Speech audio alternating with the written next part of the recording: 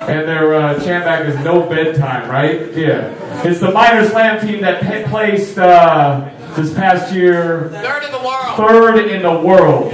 Ken Arkind coached them. Please show massive respect on this mic for the one, the only Ken Arkind.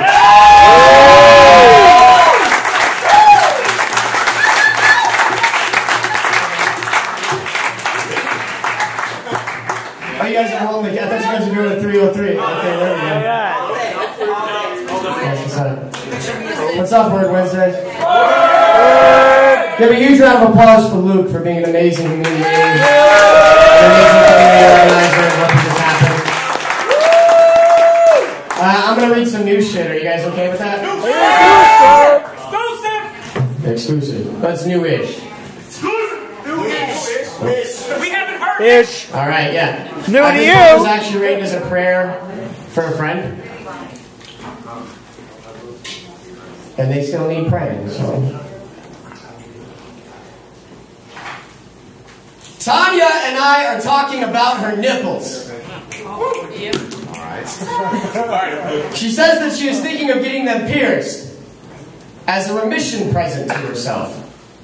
Says that she is finished with the knife, that her last set of treatments will be early next year, and says that her success rate is now 90 to 95%. I asked her if she is considering getting barbells or rings. I don't know. Which do you think are better? I reply, well, I guess it depends on the nipples. She says, well, what do you imagine my nipples look like? I lie and say that I wouldn't have the slightest idea. She tells me that they are small but proud. That when even the slightest breeze comes along, that they stand up like soldiers. And that her new lumpectomy scars remind her of tinsel lining a pair of sexy Christmas trees. This statement makes her smile, and I watch the corners of her mouth stretch out like legs propped on a kitchen table. Earlier in the day, I told her about my mother. How after treatments, she would sleep all weekend long, yet somehow still managed to temp 50-hour weeks and study for her CPA at night. How the rumors eventually started to circulate throughout her office, hang as precariously as her wigs. So to settle the silence, she attended the Halloween office party dressed as Jonathan, the man who shared her cubicle. And she wore a brown men's suit with a gray mustache and a ring of cotton balls glued to the side of her bald head like a halo. Or a crown. She laughed all the way to recovery, even if the others didn't get the joke.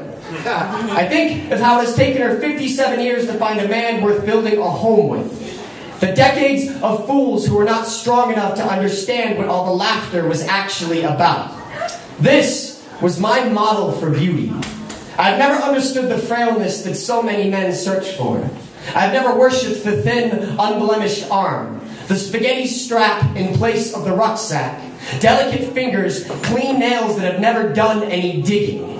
Give me a woman who has lived through enough disasters to know how to build a shelter. A woman who bejewels her scars, turns them into precious things spotlighted in a display case, like a promise or a warning. Yeah. Whoa! Yes! Yes!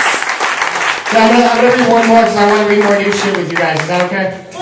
Okay, this is one that I actually wrote. I read at Slam Nuba the other day, and I'm going to read it again because I liked it, and D. Brooks mentioned it. It's my dedication to the losers. I love the losers. I love the dirty, angry, bitter, sore loser because they are the most honest human being on the face of the planet. Yes. And they learn more in that moment than they will ever learn from winning something. Yep. So this is a poem about that. I mentioned Evelyn McHale in it. If you don't know who she is, look her up. And the name of the poem is T-Bowing. Woo! Timmy in New York. I respect Mike. Let him know. Thanks, guys. We be Letty Bruce. We be liars. We be Evelyn McHale two-steppers. We be faster than you. We be the chubby kid in skinny jeans. The shitty boob job.